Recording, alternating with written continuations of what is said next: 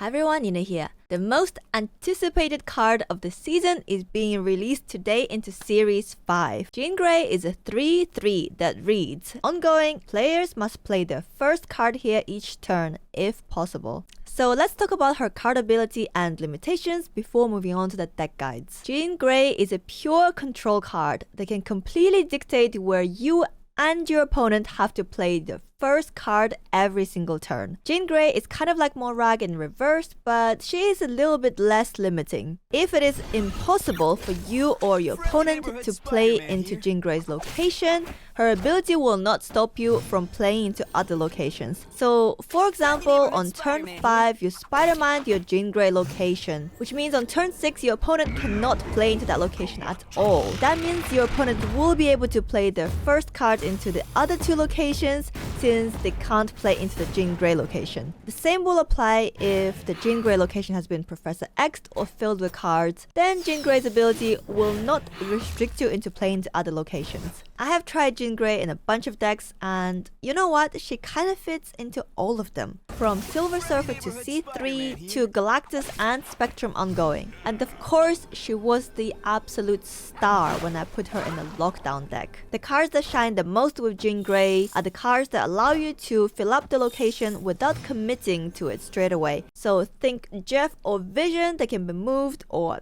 Bishop and Brood that can be buffed later on. I think I used Jeff in almost all of my Jean Grey decks, and honestly, if you're still unsure about Jeff, just buy him, okay? So what about Jean Grey?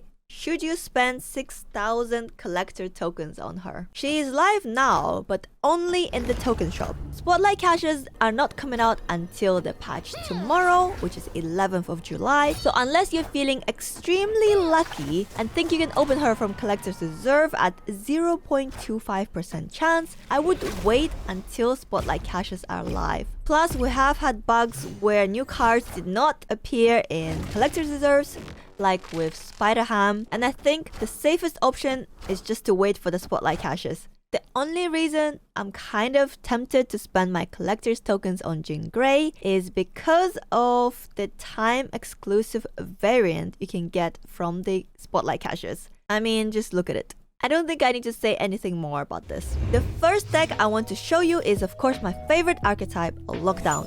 I always try to find a reason to play Quake, and this deck is perfect for that. With this deck, you want to lock one location down with Storm on turn 3, play Nebula into the Storm lane on turn 4, and Jean Grey in a different location. Then on 5, you can play Vision or Captain Marvel into Jean Grey, and on 6, we want to play either Magneto or Doom, or maybe several small cards, depending on our hand and the board state. Cable into Wormy is honestly not too bad. It will fill our hand though again.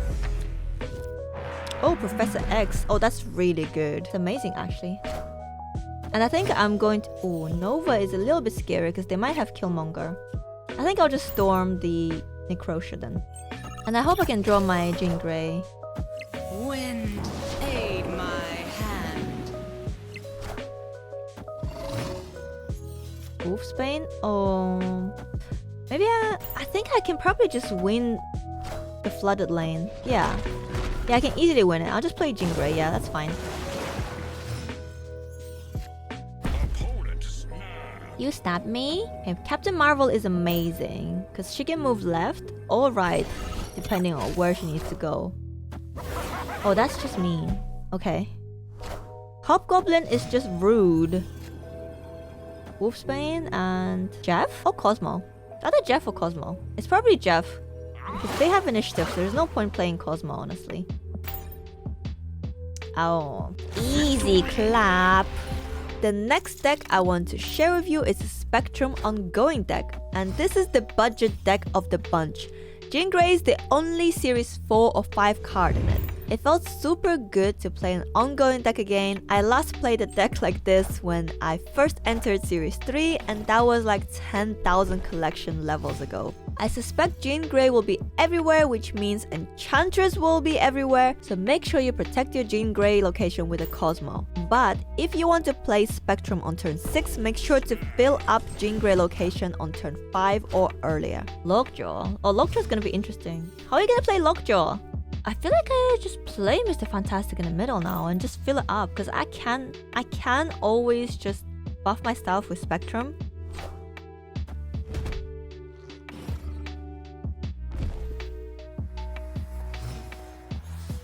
Should I risk it and play Professor X? Or should I Iron Man? I feel like Iron Man is a bit better. As maybe I can just play Swordmaster and Lizard next turn. If I don't draw Spectrum. If I draw Spectrum, we just play Spectrum. I just top deck Spectrum and we're good. Just the negative. A bit late. Oh. Oh, that's a little bit scary. Okay, that's more stats than what we have, but we just need to draw... Okay, we don't have Spectrum. A Mega Red and Lizard? Oh no, I always retreat! Finally, I want to show a deck archetype that has grown on me a lot recently, Cerebro. In particular, Cerebro 3. C3 is probably my favorite one out of all the Cerebro decks, even though C2 performs a little bit better on ladder. C3 has some of the best utility cards you can wish for. Invisible Woman, Jeff, Shadow King, Shang-Chi, Valkyrie, and now Jean Grey. I also added magic to this deck because I suspect there will be a lot of Spider-Man played on turn 5. Cerebro, Mystique. Oh, that's no good. That's not amazing. Guess I could just play Rhino, because I can still move Jeff, right? I can move Jeff. Yeah, it's not the worst thing in the world. Oh, this is easy. They've locked themselves on the left, but we can still buff our left side. If I play Mystic in the middle, I kind of have to play Cerebro last, which is a little bit scary. I think I'll just skip for now. I'm going to play Magic on 5. Now I really wish I had Valkyrie. Valkyrie would be really good in this deck. Oh. Oh! Okay, I really wish I had Valkyrie now. That's so rude. It's so rude. Alright, I feel like I'm just gonna give up. Right side. Blast my whole hand. And next turn, I will play Cerebro, Mystique, and Wasp. And hope for the best. That's a lot of stats, right? That's a lot of stats we're adding. 7, 21, 21 in stats. What can beat that? Nothing can beat it. Literally nothing can beat it. Can Destroyer beat it? Oh crap, it is Destroyer. No, we have enough. We have enough. It's 21. They have 20. Whew. We have 22 actually. The squirrel also helps. Hey. Cerebro, let's go!